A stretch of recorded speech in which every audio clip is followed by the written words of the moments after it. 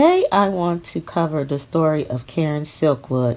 Karen Silkwood is known for her role in the 70s for exposing her workplace, Kerr McGee Cimarron Fuel in Oklahoma. Employees were being exposed to high levels of radiation, including herself. Here's the story of Karen Silkwood. Karen made plutonium pellets for nuclear fuel rods at Kerr McGee's Cimarron plant a few miles from that crash site. Silkwood, starring Meryl Streep, detailed Karen's story from her plutonium exposure to investigating alleged wrongdoing at the plant.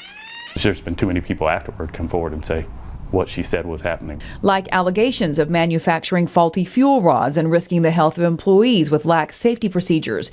She claims to have gathered evidence to blow the whistle on the dangerous practices at the plant. I think my brothers and sisters were with me, and we heard her voice on a recorder. That recording was of her talking to a union official about the issues at the plant. She knew what was going on, and they knew she knew. The family says Karen had a manila folder that contained documentation of her claims when she headed out to Oklahoma City to meet a New York Times reporter.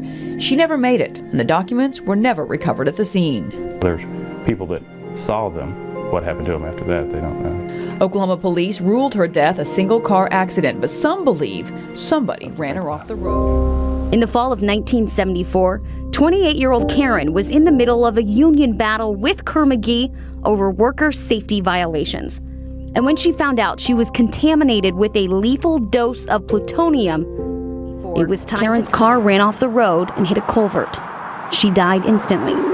She was on her way to meet New York Times journalist David Byrne. We'll just jump right to it since we already spoke on the phone. When she didn't show up for your meeting, did you think she just was blowing you off, or did you think something might have happened? Pretty eerie night, driving through the straight Oklahoma highway, waiting to get down there. Before David wrote his first article, suspicions were already running high.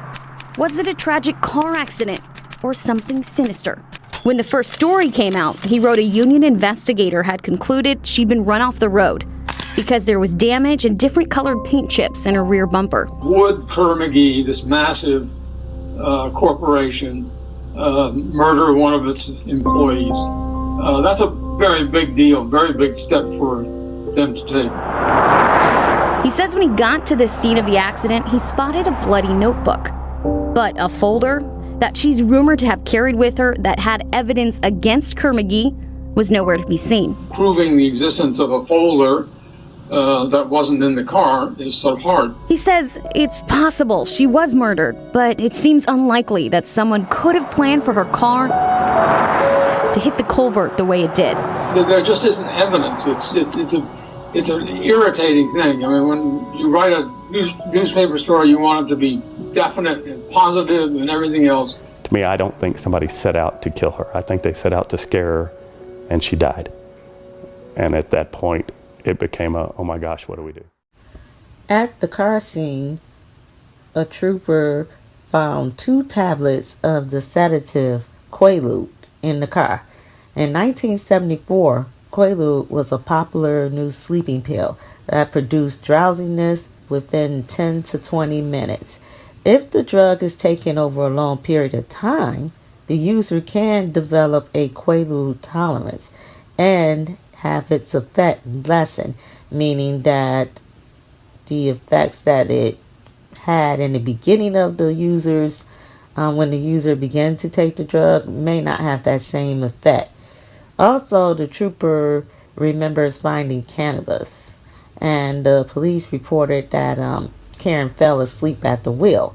The coroner found 0.35 milligrams of Quaalude per 100 milliliters of blood at the time of her death, an amount almost twice the recommended dosage for inducing drowsiness. A call from Crescent PD saying that I need a record south of 33 Highway. Ted Sebring owns Sebring Ford in Crescent, Oklahoma. He says his company responded to accidents often, but that wasn't his typical role. I told her, I said, well, call my service manager, because I don't usually run the wrecker. And she said they can't find them, and it's possible 30 signal 30, which in our business would mean that it was a dead person. Sebring says he got in the wrecker and hit the road, knowing it was serious. He didn't have time to change his clothes and tells us he was dressed in a suit and brand new boots. When he got to the scene, there was about 3 to 4 inches of water running in that ditch at that time. Knowing he wasn't dressed to get in the water, he called for help. Sebring says he sat in the truck waiting for the trooper to give him the green light to tow the car away. He analyzed the scene, saying it seemed normal, but one thing stood out to him. And there were several people around the wreck site at the time I got there. Here on Highway 74 is where Karen Silkwood's car was found crashed near this culvert. That's where wreckers say they had to pull the car out. Sebring towed Silkwood's car to the shop and went back home. Hours later, his phone rang again. This time, dispatch said the car needed to be checked immediately. The guy gets on the phone at the dispatcher there at Crescent PD and says, "Mr. Sebring, if the car's hot, you won't open up in the morning." So that gets my attention. And so I said, well, the only way you're going to get in there is with a trooper being with me. Sebring says a trooper and multiple people with Geiger counters checked the car for nuclear materials, knowing Silkwood had been exposed to plutonium. The one thing he wants you to know is he checked the inside of the car, boxing up even the trash inside, and he says he knows for certain. There wasn't any binders in that car when I picked it up out of the ditch. There wasn't any paperwork as a folder or a book or anything like that. But he doesn't know if that was always the case. In the FBI files from their investigation, a trooper on scene describes 2 stacks of paper, a half-inch thick and a red spiral notebook. That's something Sebring says he never saw. Some journalists have theorized that Karen's car was rammed from behind by another vehicle with the intent to cause an accident that resulted in her death. Skid marks from Karen's car were present on the road, suggesting that she was trying to get back on the road after being pushed from behind. Now, I do believe in this theory. I think that would be the closest theory, in my opinion, in regards to Karen's case, because someone was definitely be chasing her or following her or whatever you want to call it, because there were missing documents in a folder from her car. So that tells you right there that someone had the intention on purposely running her off the road. Maybe even the intention of killing. I guess the $1 million question would be, is who was it?